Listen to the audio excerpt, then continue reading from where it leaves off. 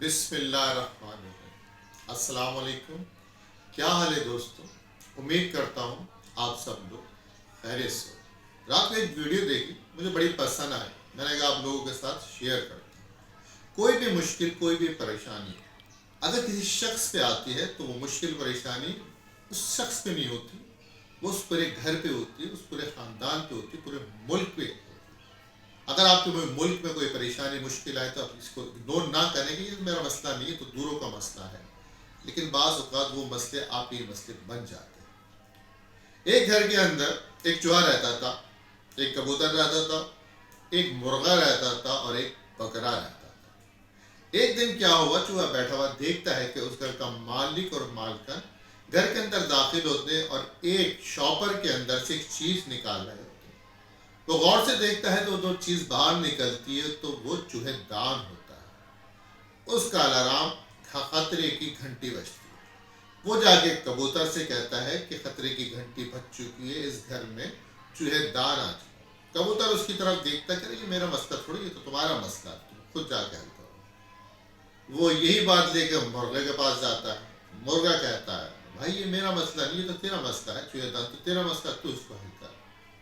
یہی بات جا کے وہ بکرے سے کرتا ہے، بکرا بھی اس کو خیر یہی جواب دیتا ہے۔ ہوتا یہ کہ رات کو جب میاں بیوی وہ چوہے دان لگا دیتے ہیں تو ایک زوردار آواز آتی ہے، بیوی اٹھتی ہے، جاتی ہے، وہ سمجھتی ہے چوہا آ گیا۔ اندھیرے کے اندر اس کو نظر کچھ نہیں آتا، اس کے چوہے دان کے اندر ایک زہریلا سانپ پھنس جاتا ہے۔ بیوی اس کی پونچھ سمجھ کے اس کے ہاتھ لگاتی ہے تو وہ سانپ اس کے ہاتھ پہ ڈس لیتا ہے۔ بیوی اس کی بیمار ہو جاتی ہے۔ وہ جاتا ہے، حکیم کو بلا کے لاتا ہے اور حکیم کہتا ہے کہ بھائی اس کا علاج تو کبوتر کا یخنی پہنانی ہے اس کی۔ خیر گھر کے اندر جو کبوتر ہوتا ہے اس کو ذبح کیا جاتا ہے اور اس کی یخنی بنا کے اس کی بیگم کو پلائی جاتی ہے۔ بیگم جب بیمار ہوتی ہے تو اس کے خاندان والے اس سے ملنے آتے ہیں۔ جب خاندان والے ملنے آتے تو گھر میں یہی ہوتا ہے کہ چلو مرغا کاٹ کے اس کا پلاؤ بنایا جائے۔ مرغے کا پلاؤ بن جاتا ہے۔ ہوتا ہے کچھ دن کے بعد اس کی بیوی مر جاتی ہے۔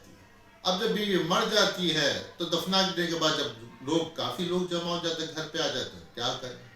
ان کو بکرا نظر آتا ہے، وہ بکرے کو ذبح کر کے اس کا گوشت کریں۔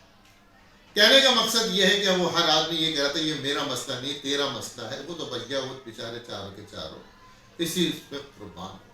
ابھی کسی بھی ملک میں، کسی بھی گھر میں کوئی مشکل، کوئی پریشانی، کوئی مسئلہ آتا ہے تو انسان یہ سب کے نہ اگنور کر دے، یہ مسئلہ نہیں، مسئلہ سب کا ہوتا ہے، سب کو اکٹھے بیٹھ کے سوچنا پڑتا ہے اور اس کا حل نکالنا پڑتا ہے، ورنہ وہ مشکل و پریشانی لگتا ہے دوسری کی وہی آپ کے گلے پڑ جاتی ہے۔ امید کرتا ہوں ویڈیو آپ کو ضرور پسند آئے گی۔ اجازت چاہتا ہوں ان دعاؤں کے ساتھ، اللہ تعالیٰ آپ کے لیے آسانیاں پیدا کرے اور آپ کے ذریعے آسانیاں پھیلائے، آمین ثم آمین۔ اللہ